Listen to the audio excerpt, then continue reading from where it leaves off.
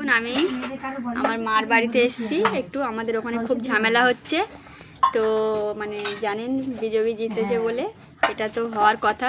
তো আমার বাপের বাড়ি এসেছি, এই রান্না চড়াচ্ছি। এখন এঁচোড় দেখতে থাকুন। তো দেখুন এখানে কিন্তু বেলা হয়ে গেছে, বাজারে গিয়েছিল, একটু জ্যান্ত চিংড়িটা পাওয়া গেল না, এই চিংড়িটা দিয়েই এঁচোড় বানাবো। আর মশলা তো দেখছেন কমপ্লিট, এটা পেস্ট করে নিয়েছি দেখছেন। তো এই সেদ্ধ হচ্ছে এঁচোড়। তো দেখো এটা চিংড়ি ভাজা করছি, রোদ্দুর এখানে খুব, কলের সামনে।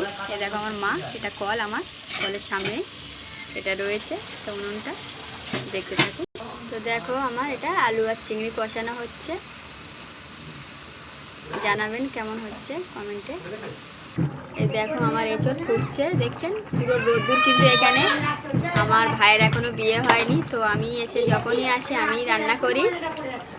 তো এটা একটা এঁচোড় না, এটা কিন্তু আমি এঁচোড়, দুটোই এঁচোড় এখানে। এমনি আমার মার একটু শরীর খারাপ, আমি যখনই আসি ওই জন্য আমি একটু রান্না বান্নাটা করি।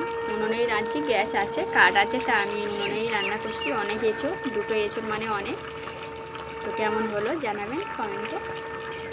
তো দেখুন আমার কিন্তু তরকারিটা কমপ্লিট হয়ে গিয়েছে দেখছেন। এঁচোড় কেমন হলো আপনারা জানাবেন কমেন্টে।